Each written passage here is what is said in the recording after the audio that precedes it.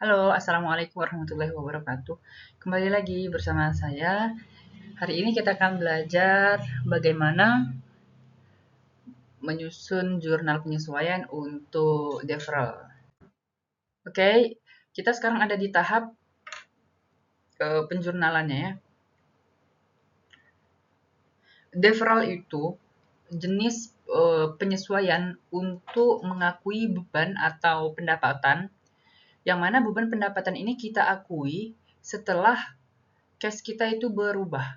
Jadi gini, misalnya kita bayar uang sewa untuk 1 tahun. Kan kita sudah bayar duluan ya, uang sewanya kita bayar di muka untuk 1 tahun. Nah, pengakuan bebannya itu dilakukan pada periode tertentu pada saat kita melakukan persiapan penyusunan laporan keuangan. Begitu juga dengan pendapatan. Kita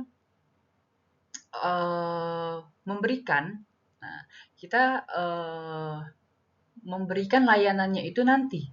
Jadi kita terima uang muka dulu dari mereka. Misalnya kita menyewakan gedung, kita sewakan gedung, ya kita menyewakan gedung, kita terima uang untuk 1 tahun, tapi kan itu kita tidak langsung memberikan selama 1 tahun. Itu akan di apa diakui pendapatannya kapan? Pada saat kita memberikan layanan. Jadi 1 bulan berjalan menyewa, maka kita akui sebagai pendapatan. Lalu 2 bulan diakui lagi, 3 bulan. Nah, seperti itu. Intinya penyesuaian itu dilakukan saat perusahaan itu mempersiapkan laporan keuangan. Seperti itu. Nah, ada 2 jenis nih deferral, yaitu prepaid expense dan unearned revenue. Seperti yang saya jelaskan tadi, prepaid expense ini ketika kita uh, membayar uang. Kita bayar uang di muka ya. Jadi kita bayar uangnya itu di muka. Misalnya sewa, atau misalnya kita bayar asuransi untuk 1 tahun, atau bayar iklan untuk 1 tahun, nah seperti itu. Yang kedua, unearned revenue, yaitu uang yang kita terima di muka. Jadi misalnya tadi kita usaha apa? Kalau pada contoh sebelumnya, misalnya kita itu menyediakan paket salon untuk 16 kali salon ya, dengan harga 12 juta misalnya. Nah, itu kan kita sudah terima uang muka lebih dulu. Kita belum menyalon, belum motong rambut, belum. Kita baru menerima uang muka. Nah, itu masuknya ke sini. Pada saat klien, pada saat customer, pada saat buyer itu salon ya, nyalon, nah, maka kita akui sebagai pendapatan sebesar 1 kali satu kali salon berapa? Misalnya tadi untuk 12 juta, untuk 16 kali salon, nah 1 kali salon itu nilainya 750.000. Berarti pada saat si pembeli ini salon, maka kita akuilah sebagai pendapatan sebesar 750.000. Ya, jadi prepaid expense ini aset ya, karena kita bayar dan akan kita gunakan apa? Kita harapkan bisa digunakan untuk masa depan seperti itu. Jadi ini aset. Sedangkan unearned revenue atau istilah lainnya kita kenal dari istilah pendapatan diterima di muka, ini utang. Kenapa utang? Ya karena kita melakukan penerimaan cash di awal.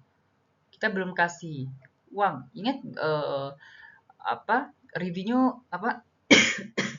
Revenue recognition principle, di mana pendapatan itu diakui ketika kita telah memberikan layanan. Nah, di sini kita belum memberikan layanan, maka kita belum bisa mencatatnya sebagai pendapatan. Jadi kita catat sebagai utang, karena ada kewajiban bagi kita untuk memberikan layanan kepada si buyer seperti itu. Nah, ketika si buyer sudah menerima layanannya, maka kita lakukan penyesuaian, yaitu utangnya berkurang nanti. Utangnya berkurang, baru pendapatannya kita tambah. Seperti itu ya. Di video sebelumnya itu sudah saya jelaskan sebelumnya perbedaan cost dengan expense. Ya. Jadi cost ini biaya yang kita keluarkan, ya, biaya yang kita keluarkan, tapi kita belum menerima layanannya. Nah, sedangkan expense ini adalah cost yang telah digunakan. Itu ya. Jadi prepaid expense ini adalah biaya dibayar di muka. Prepaid expense adalah biaya yang expired, berarti yang berkurang dengan seiring berjalannya waktu. Contohnya apa? Contohnya sewa. Jadi misal kita sewa 1 tahun, berjalan waktu 1 bulan, kita sudah pakai 1 bulan, berarti 1 bulan itu sudah bisa kita akui sebagai beban, yaitu beban sewa pada sewa dibayar di muka. Karena di awal kita mencatatnya sewa dibayar di muka. Kenapa sewa dibayar di muka? Karena kita mencatat untuk 1 tahun yang belum kita terima semua. Sehingga kita catat sewa dibayar di muka. Pada saat kita menggunakan gedung tersebut ya, kita menggunakan gedung tersebut, maka yang kita akui adalah beban sewanya untuk 1 bulan. Misalnya kita itu sewa pada tanggal 1 Desember 2024 untuk 1 tahun, berarti sampai dengan 30 November 2025 gitu ya. Nah, pada saat tanggal 31 Desember, perusahaan akan tutup buku, berarti kita akan melakukan penyesuaian untuk mengakui untuk mengakui beban, karena kita sudah menggunakan gedung tersebut selama 1 bulan. Itu yang akan kita akui sebagai beban sewa. Atau bisa juga melalui penggunaan, contohnya apa? Contohnya supplies atau perlengkapan. Jadi ketika kita membeli perlengkapan, itu kita catat sebagai aset ya. Sebenarnya ada alternatif lain, yaitu bisa juga dicatat sebagai beban perlengkapan, tapi itu akan ada perhitungannya sendiri. Jadi di sini kita asumsikan penggunaan perlengkapan itu akan berkurang ya dengan seiring berjalannya waktu. Kita gunakan tuh. Misalnya kita beli spidol dan tinta spidol, kita beli pada tanggal 1 November 2024. Kita beli misalnya 1000 unit ya, tintanya aja. 1000 unit tinta spidol. Oke. Perusahaan kita ini adalah perusahaan yang banyak mengkonsumsi spidol. Misalnya perusahaan ini perusahaan edukasi les misalnya, dan dengan siswa yang sangat banyak ya.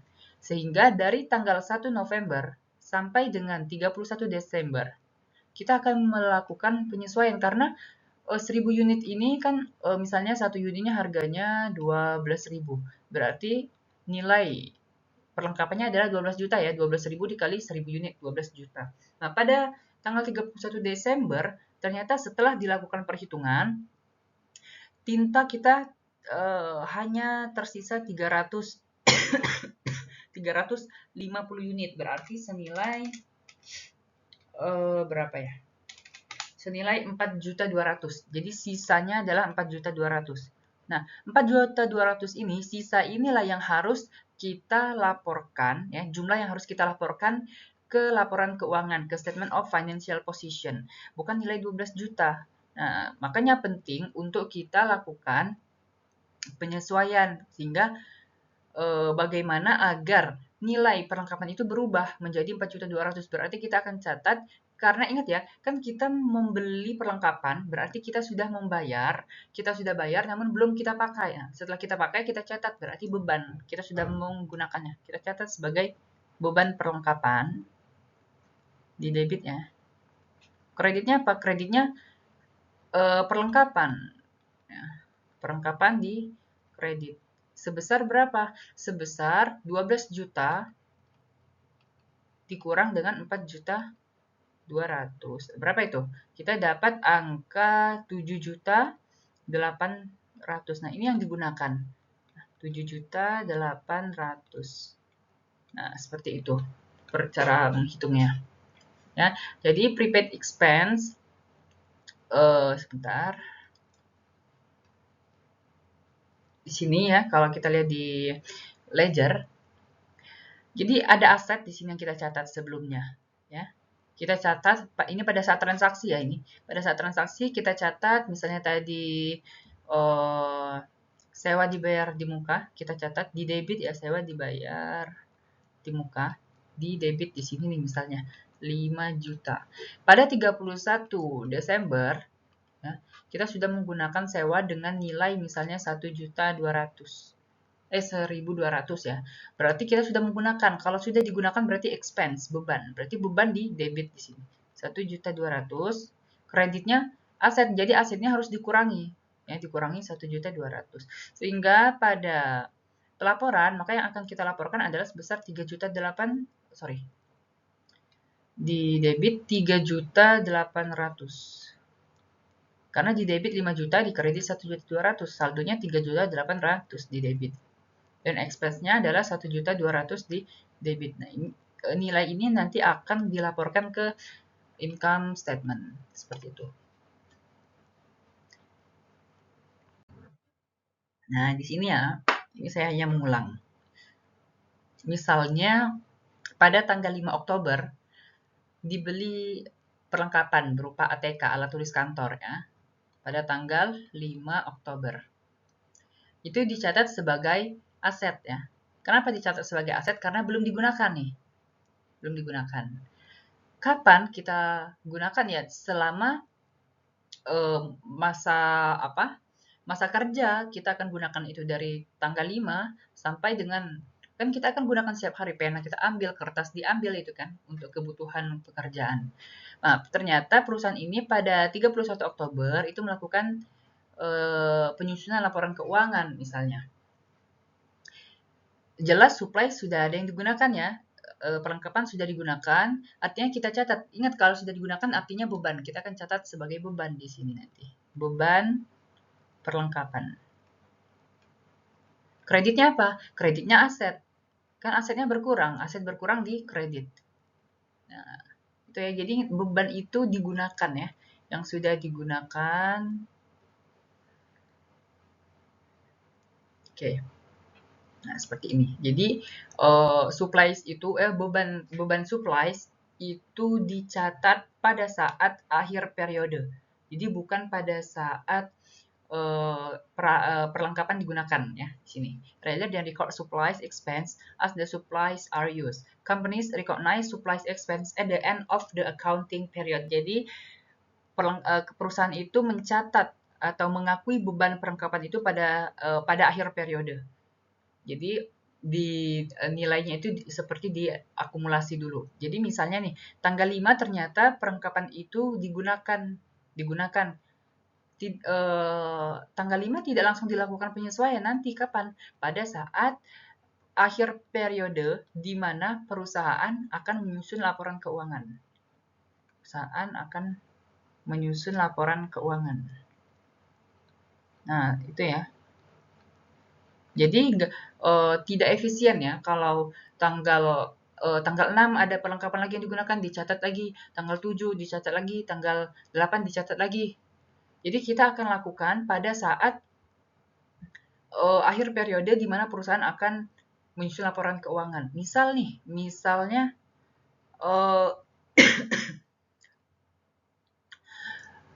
periode akuntansi atau apa namanya? Apa ya kemarin itu saya lupa. Kalau misalnya periode operasional dari perusahaan itu berakhirnya pada tanggal 7 Oktober, ya, misalnya. 7 Oktober itu tutup buku. Maka 7 Oktober ini adalah akhir periodenya. Nah, akhir periode. Sehingga kita akan melakukan penyesuaian untuk penggunaan perlengkapan dari tanggal 5 sampai dengan tanggal 7. Nah, itu bisa. Jadi poinnya itu dilakukan pada saat akhir periode. Akhir periode akuntansi itu tidak melulu 31 Desember ya. Bisa saja ini, misalnya 31 Oktober, bisa jadi 7 Oktober, bisa jadi 11 Oktober, itu tergantung dengan perusahaannya. Seperti contoh soal ini, Yazici membeli perlengkapan dengan nilai 2.500 ya. Pada tanggal 5 Oktober melakukan pembelian supplies dengan nilai 2.500. Oke.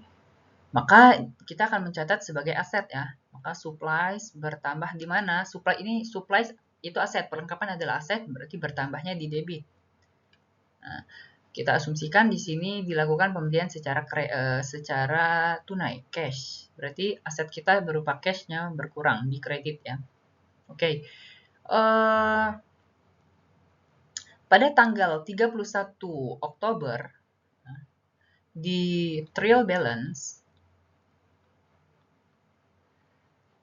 saldo yang tampak ya itu 2.500. Nah, 2.500. Jadi pada tanggal 5 Oktober saldonya 2.500 ya, kita beli 2.500, pada 31 Oktober juga 2.500. Padahal dari tanggal 5 sampai dengan tanggal 31 itu pasti ada perlengkapan yang digunakan. Maka itulah kita lakukan penyesuaian. Nah, dihitung di sini. Dilakukan perhitungan pada tanggal 31 ya, dan ternyata diketahui bahwa supplies ya, perlengkapan itu tersisa 1.000. Tersisa 1.000. Berarti kalau tersisa 1.000, berapa yang terpakai? Kan 2.500 nih. Sisanya 1.000, berarti yang terpakai 1.500 kan begitu. Nah, ingat ya, yang kita catat adalah yang telah terpakai, yaitu 1.500. Jadi beban, ingat ya. Karena dipakai berarti beban. Beban perlengkapan di debit berapa? 1.500. Kreditnya perlengkapan 1.500. Nah, seperti ini ya. Oke. Oke. Nah, di sini jadi kan tadi pembelian perlengkapan tadi 2.500 tuh. Ternyata yang tersisa 1.000. Berarti yang terpakai 1.500. Ingat, berarti aset kita berkurang berupa supplies 1.500. Lalu supply expense atau beban itu bertambah 1.500. Ingat, beban ya itu sifatnya mengurangi jumlah apa? Jumlah net income. Ya kan? Jumlah laba ya. Sehingga net income ini akan menambah apa? Akan menambah ekuitas. Berarti sifatnya mengurangi ekuitas. Nah, begitu ya. Jadi debit bertambah ya. Beban bertambah di debit 1.500, supplies berkurang di kredit 1.500. Sehingga pada posting ke buku besar, di sini tanggal 5 kita catat pembelian tadi 2.500, lalu dilakukan penyesuaian, supplies expense 1.500 di debit, di sini pindahkan 1.500 di debit ya. Lalu supplies-nya di kredit 1.500. Nih. 1.500, sehingga supplies akan menunjukkan saldo yang sebenarnya. Saldo update-nya yaitu 1.000 nih. Dari mana dapat 1.000? Kan di debit 2.500, di kredit ada 1.500. Berarti dikurangi 2.500 dikurang 1.500, sisa saldo 1.000. Sesuai dengan perhitungan stock of name tadi, bahwa saldo supplies di yang masih ada yaitu sebanyak 1.000. Jadi real ya saldonya ada. Nah, supply expense saldonya 1.500 di debit. Nah, nilai ini nanti akan ada di laporan income statement. Sedangkan nilai ini akan ada di laporan statement of financial position. Seperti itu. Selanjutnya adalah asuransi ini. Misalnya kita membayar asuransi. Ya. Kita bayar asuransi pada tanggal 4 Oktober untuk 1 tahun. Untuk 1 tahun dengan nilai 600.000. Dengan nilai 600 ya. Nah, 600 ini kan untuk 1 tahun ya. Berarti nilai per bulannya adalah 600 dibagi 12 kan. 600 per tahun dibagi 12 bulan berarti per bulannya adalah 50 ya nilainya. Nah, di sini pada tanggal 4 Oktober. Nah, pada tanggal 31 ternyata perusahaan akan melakukan apa? Akan melakukan tutup buku gitu ya. Sebentar. Nah, perusahaan akan melakukan tutup buku. Melakukan tutup buku, maka kita akan lakukan penyesuaian di sini. Ya, kita akan lakukan penyesuaian karena ada nilai asuransi yang sudah kita gunakan gitu ya. Oke. Nah, di sini nih lihat soalnya. Jadi tanggal 4 Oktober dibayar asuransi ya 600 untuk 1 tahun. Ya, yang akan dimulai awalnya adalah dari 1 Oktober. Nah, perusahaan ini mencatat pembayaran tersebut dengan mendebit prepaid insurance. Jelas ya, kita akan mencatat seperti ini. 4 Oktober kita catat sebagai aset, yaitu berupa prepaid insurance pada cash ya. Atau kalau bahasa Indonesianya asuransi dibayar di muka, kreditnya cash. Kenapa? Karena kita belum gunakan, jadi kita catat sebagai aset prepaid insurance di debit. Lalu kita bayar pakai apa? Kan kita bayarnya pakai uang. Maka cash kita berkurang di kredit sama ini. Oke. Nah, pada tanggal 31 Oktober kita melakukan tutup buku. Artinya kita akan mencatat ya, kita akan melakukan penyesuaian untuk penggunaan asuransi ini. Kan sudah kita gunakan berarti 1 bulan ya, kan berawal 1 Oktober dan pada 31 Oktober dilakukan penyesuaian.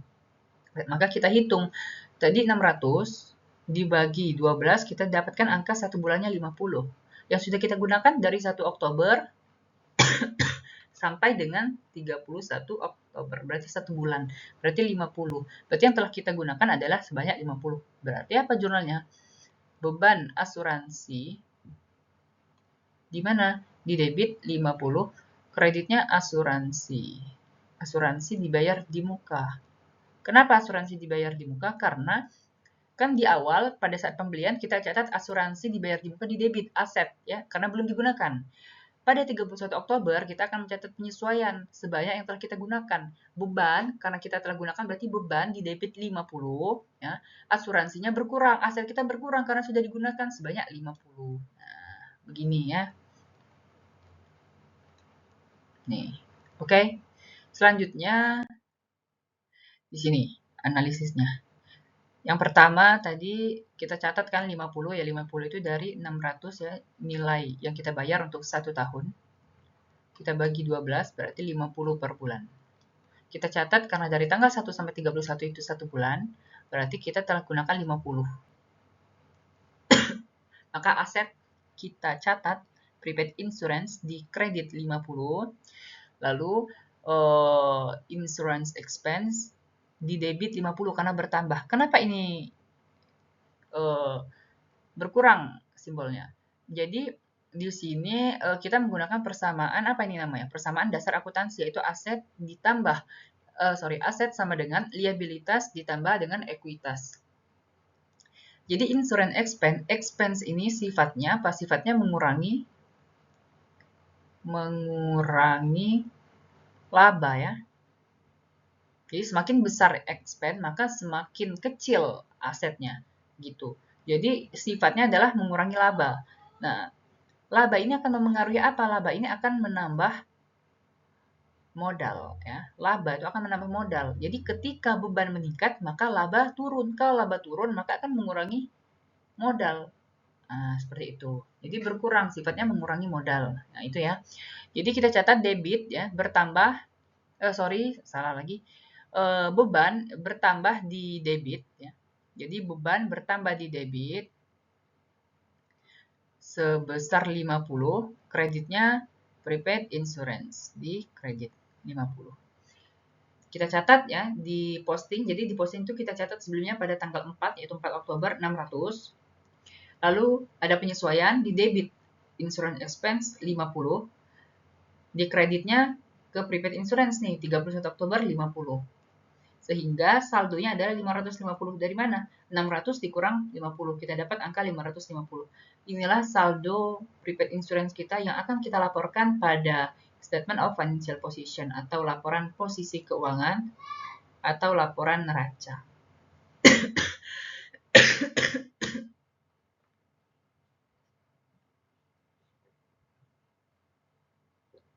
Lalu insurance expense-nya 50 ya saldonya. Kita akan muncul di mana? Ini akan kita munculkan di income statement, laporan laba rugi. Selanjutnya depresiasi. Apa itu depresiasi? Jadi depresiasi itu adalah proses mengalokasikan biaya aset ya, proses mengalokasikan biaya yang kita keluarkan untuk memperoleh aset ke beban. Nah, seperti itu. Jadi pengalokasiannya itu dengan apa? Dengan umur penggunaannya atau umur ekonomisnya. Misalnya 5 tahun, maka kita akan lakukan alokasi selama 5 tahun. Gitu ya. Jadi depresiasi ini adalah konsep pengalokasian ya, pengalokasian biaya aset. Nah, bukan konsep penilaian atau valuation. Bukan. Jadi allocation, bukan valuation. Allocation. Iya. Jadi depresiasi itu mengalokasikan biaya aset itu pada periode di mana aset itu digunakan. Jadi aset digunakan kapan? Nah, pada saat itu dilakukan alokasi. Pada saat dilakukan tutup buku. Pada saat dilakukan penyusunan laporan keuangan. Jadi depresiasi itu bukanlah mengubah nilai dari suatu aset ya. Jadi tidak mengubah nilai dari suatu aset. Depresiasi ini kan biasanya untuk aset tetap ya. Atau kita kenal istilah PPA. Property, Plant, and Equipment. Jadi saya ulangi, depresiasi itu konsep pengalokasian, bukan penilaian. Kalau penilaian maka biasanya ada penurunan nilai aset gitu. Kalau ini tidak, di sini pengalokasian sehingga tidak ada nih actual change in the value. Jadi tidak ada perubahan nilai asetnya. Sehingga muncullah yang kita sebut dengan akun kontra. Akun kontra aset, yaitu apa? Akumulasi depresiasi. Nah, biasanya. Nah, jadi akumulasi depresiasi ini bersifat mengurangi nilai aset yang bersangkutan. Misalnya apa? Misalnya perlengkapan. Misalnya peralatan. Ya. Peralatan ini adalah apa? Ini bagian dari PPA atau equipment ya. Peralatan.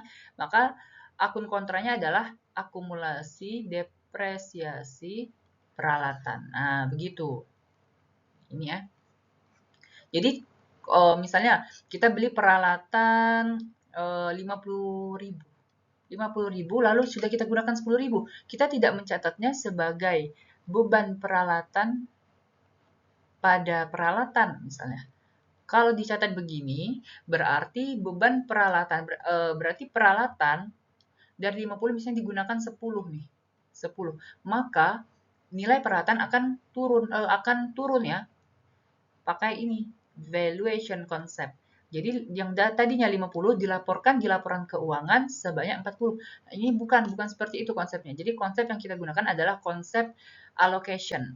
Jadi jurnalnya adalah beban penyusutan peralatan atau beban depresiasi peralatan boleh.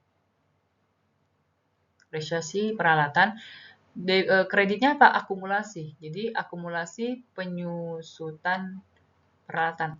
Ingat ya, akun kontra itu posisinya akan ada di lawan dari akun induknya. Jadi akun yang dikontrakan.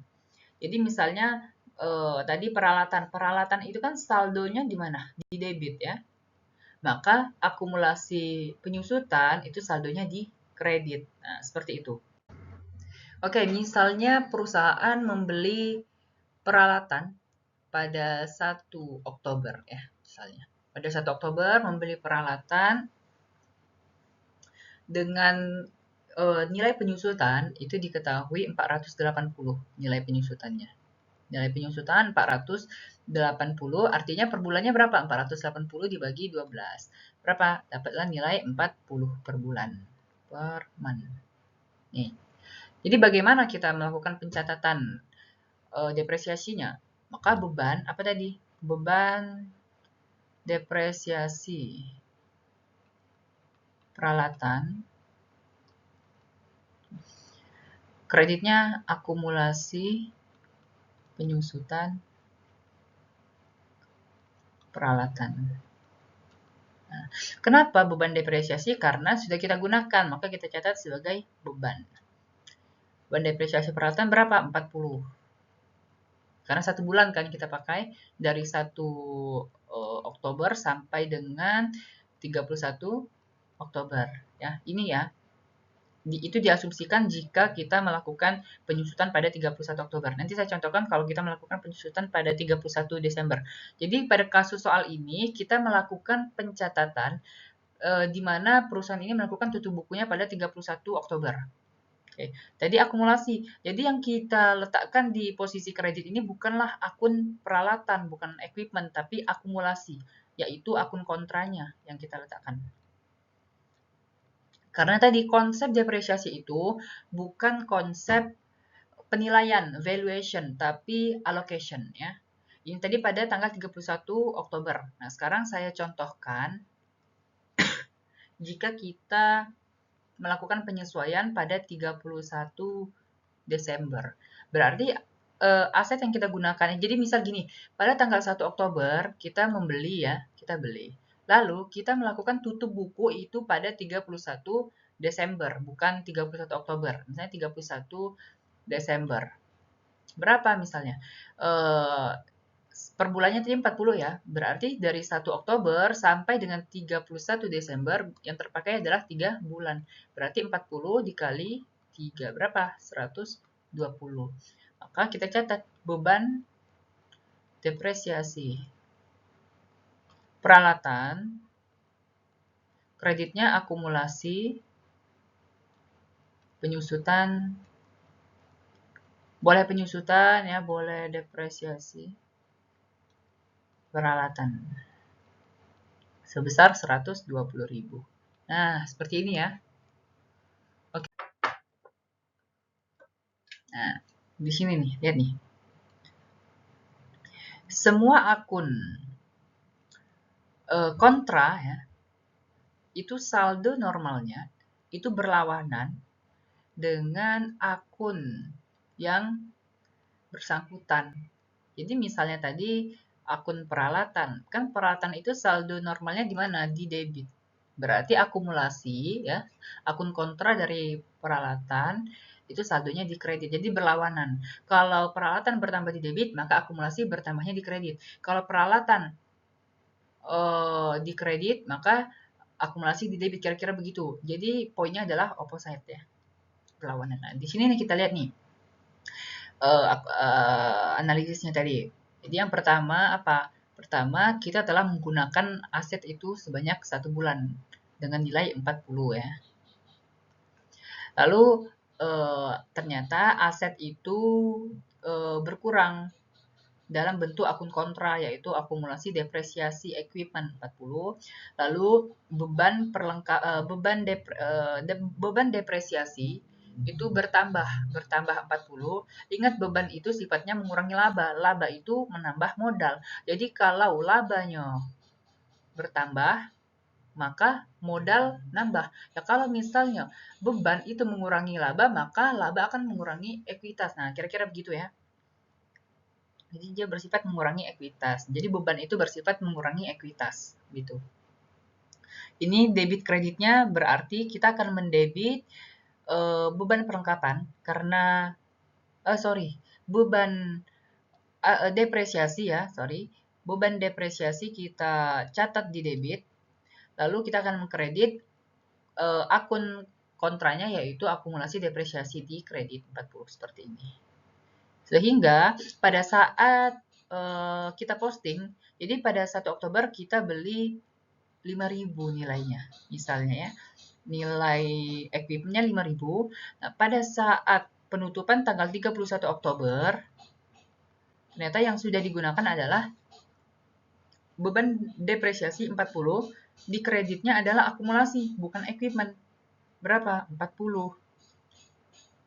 Jadi saldo depreciation expense itu 40 yang nanti akan dilaporkan di income statement, dan akumulasi depresiasi 40 yang akan kita laporkan di statement of financial position sebagai pengurang dari equipment. Jadi equipmentnya berapa nih? Tetap 5.000. Nah, tapi nanti akan dikurangi dengan nilai akumulasi. Dan nilainya dari aset tetap akan selalu 5.000 ya, akan selalu seperti ini.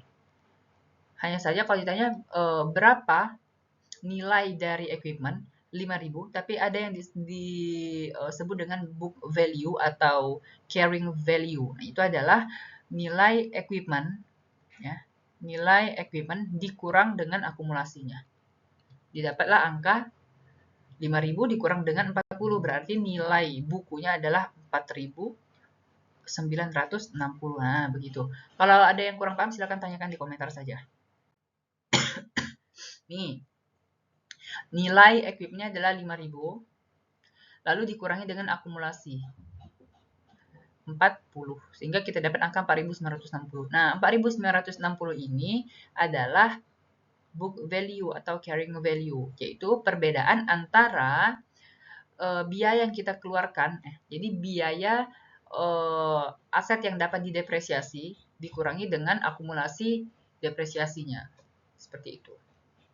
Oke. Jadi prepaid expense ini, contohnya tadi ada asuransi, ada perlengkapan, iklan, sewa, dan depresiasi. Kenapa dilakukan penyesuaian? Ya tadi karena prepaid expense ini dicatat pada akun aset, sedangkan pada saat tutup buku, aset ini sudah ada yang digunakan, sehingga kita harus mengakuinya sebagai beban. Nah, itu. Jadi akun jika kita tidak melakukan penyesuaian, nah, jadi ketika akun-akun ketika kita tidak atau belum melakukan penyesuaian, maka apa? Kan gini, prepaid insurance misalnya, prepaid insurance itu 600.000. Sudah kita gunakan misalnya 100. 600 ya, 600 digunakan 100 nih. Digunakan, tapi kita tidak melakukan penyesuaian. Maka apa? Prepaid insurance atau aset kita itu terlalu besar, overstate.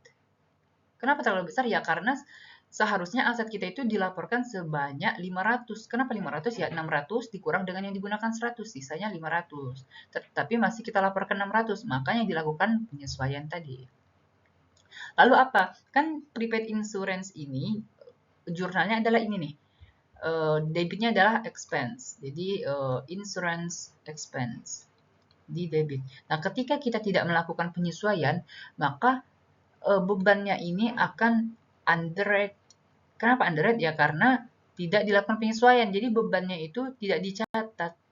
Nah, sehingga kalau beban tidak dicatat, maka net income-nya akan terlalu besar. Over. Ya, karena bebannya tidak dicatat, karena tidak dilakukan penyesuaian. Seperti itu ya. Oke, yang kedua yaitu unearned revenue. Jadi ini konsepnya begini. Misalnya kita itu ada usaha kos-kosan. Nah, Anda nih, Anda melakukan pembayaran kos. Ya. Misalnya saya itu bapak kosnya. Saya bapak kos, saya menerima uang dari Anda 12 juta untuk 1 tahun Anda menyewa ya misalnya.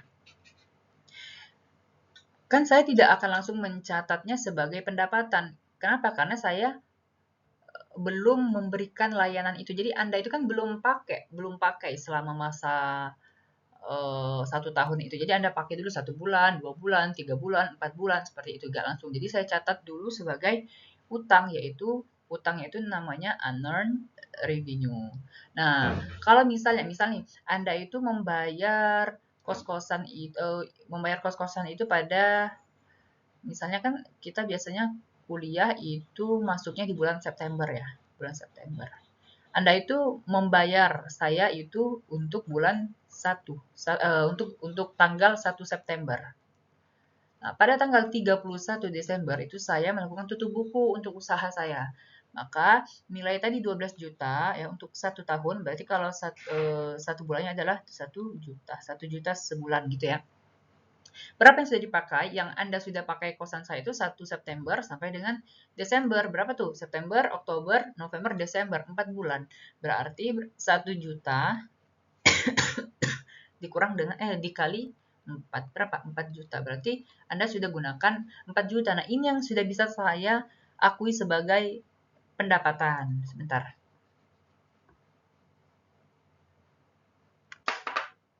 Saya sudah bisa akui sebagai pendapatan. Kenapa? Karena saya sudah memberikan layanan selama 4 bulan. Untuk bulan selanjutnya nanti itu ketika Anda sudah menggunakannya seperti itu. Hingga pencatatannya pada saat saya terima uang ya pada tanggal 1 September, saya akan mencatatnya apa cashnya saya terima di debit, kreditnya ini unearned revenue atau pendapatan diterima di muka. Nih, sebesar berapa? Sebesar 12 juta dalam kasus yang saya buat gitu. Pada tanggal 31 Desember, kan saya bilang, saya sudah mengakui pendapatan, berarti pendapatan bertambah. Di mana? Bertambahnya di kredit. Revenue, bertambah di kredit berapa? Yang diakui 4 juta. Debitnya apa? Debitnya adalah unearned revenue. Karena apa? Karena sudah saya berikan kewajiban. Saya sudah memberikan hak, artinya saya sudah melakukan kewajiban kepada Anda. Maka utang saya itu sudah berkurang. Unearned revenue di debit. Berkurangnya berapa? Sama, 4 juta juga. Nah, seperti itu sehingga di ledger ya, setelah saya posting nanti begini posisinya. Nih misal ya. Nih ya. Untuk apa ini? Untuk unearned revenue kan pertama saya catat ya di sini di kredit 12 juta. 12 juta.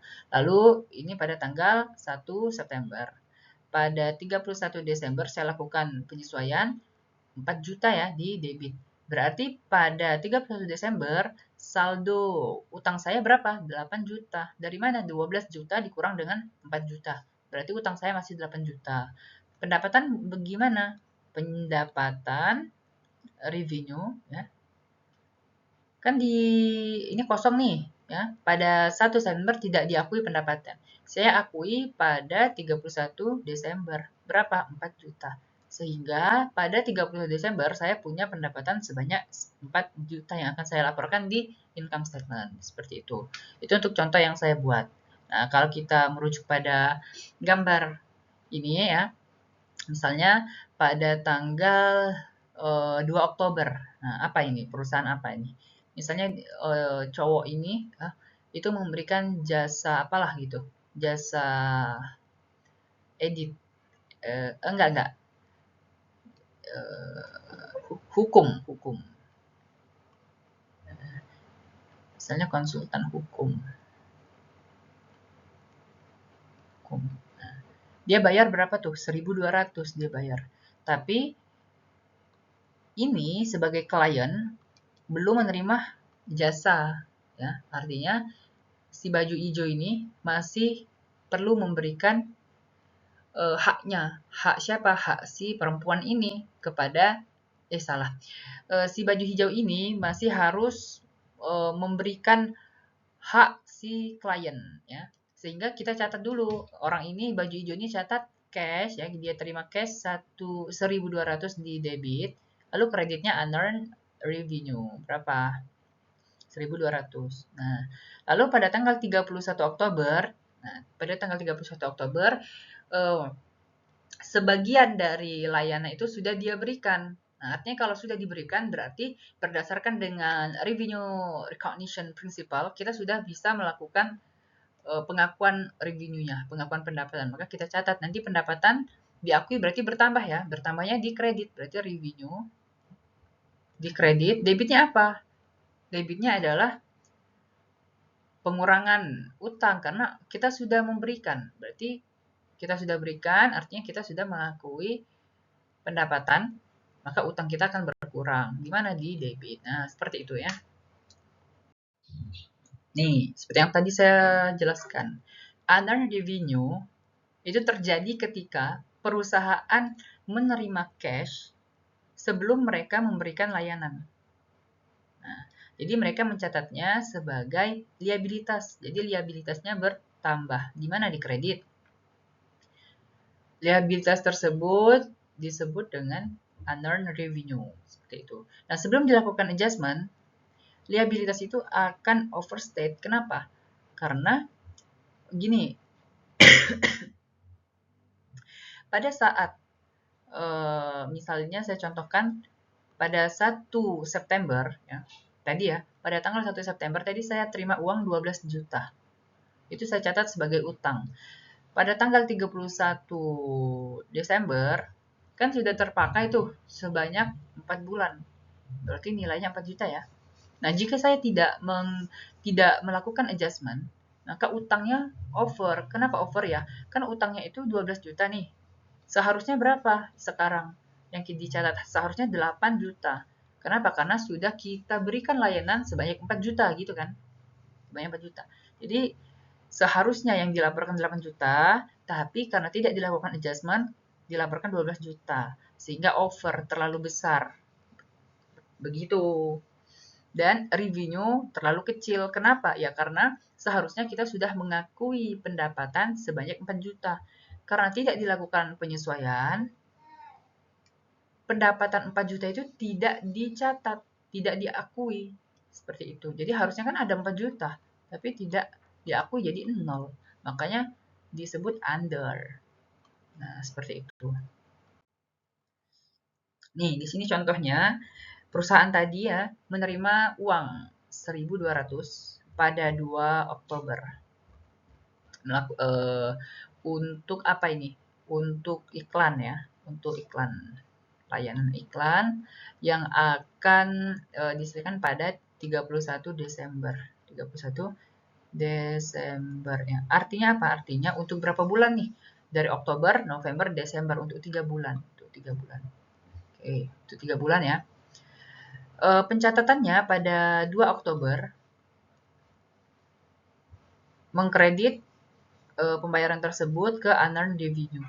Berarti cash kita bertambah 1.200, lalu unearned revenue ya, bertambah di kredit 1.200 karena utang ya.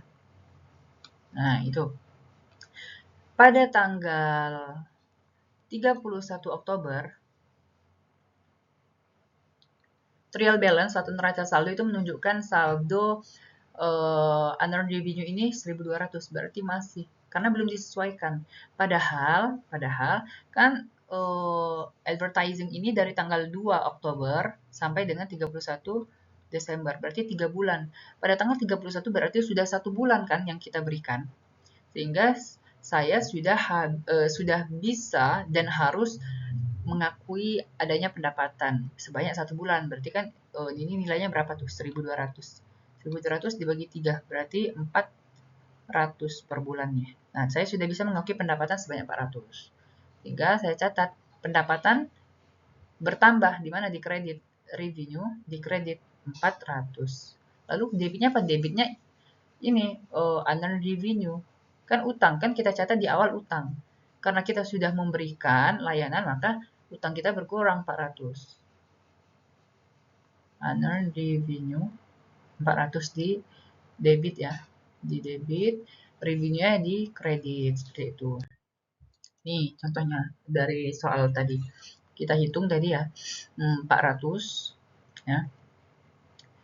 400 itu akan mengurangi utang ya karena kita sudah berikan layanan, lalu akan menambah pendapatan. Nah, pendapatan bertambah berarti ekuitasnya akan bertambah. Karena apa? Karena pendapatan itu akan meningkatkan laba. Laba itu akan menambah ekuitas seperti itu. Jadi kita mencatat di debit itu liabilitas karena berkurang. Kenapa berkurang? Karena kita sudah memberikan layanan sebanyak 400 dan di kreditnya adalah revenue. Kenapa di kredit? Karena revenue-nya bertambah. Karena kita sudah memberikan layanan tadi 400 seperti ini. Sehingga di ledger atau di buku besar gitu ya, kita mencatat pada tanggal 2 Oktober ya, pada saat kita terima uang, kita catatkan, kan kita catatnya gini tadi, cash-nya 1.200 di debit, unearned revenue-nya 1.200 di kredit. Nih, dicatat nih sudah.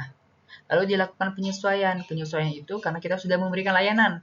Kita berikan layanan sampai 31 Oktober itu senilai 400. Kita lakukan penyesuaian. Sehingga pada 31 Oktober, saldo unearned service revenue kita itu 800. Dari mana? 1.200 di kredit dikurang dengan 400 di debit. Seperti itu. Nah, service revenue-nya berapa? Service revenue-nya, nah ini service revenue dari mana? Ini dari yang langsung ya. Ini bisa saja dari transaksi pendapatan secara kredit yang langsung kita berikan, misalnya apa ya? Misalnya iklan untuk 1 bulan. Itu kan langsung dicatat sebagai pendapatan karena langsung digunakan seperti itu. Lalu pada tanggal 31 ada adjustment tadi. Kita sudah memberikan pelayanan sebanyak 400, maka kita catat sebagai pendapatan 400. Jadi operasional maksudnya pendapatan ya dari yang selain unearned ya, selain yang terima uang muka. Jadi pendapatan yang di sini ya, yang ini, yang 10.000 ini biasanya pendapatan yang langsung bisa diakui. Bisa saja pendapatan yang kita misalnya iklan untuk 1 bulan langsung. Misalnya banyak klien nih, misalnya kan misalnya 1 bulannya itu 400 nih. Nah, kita itu punya klien 25 orang. Masing-masing itu membayar iklan untuk 1 bulan. Bayangkan 25 klien dikali dengan 400 misalnya.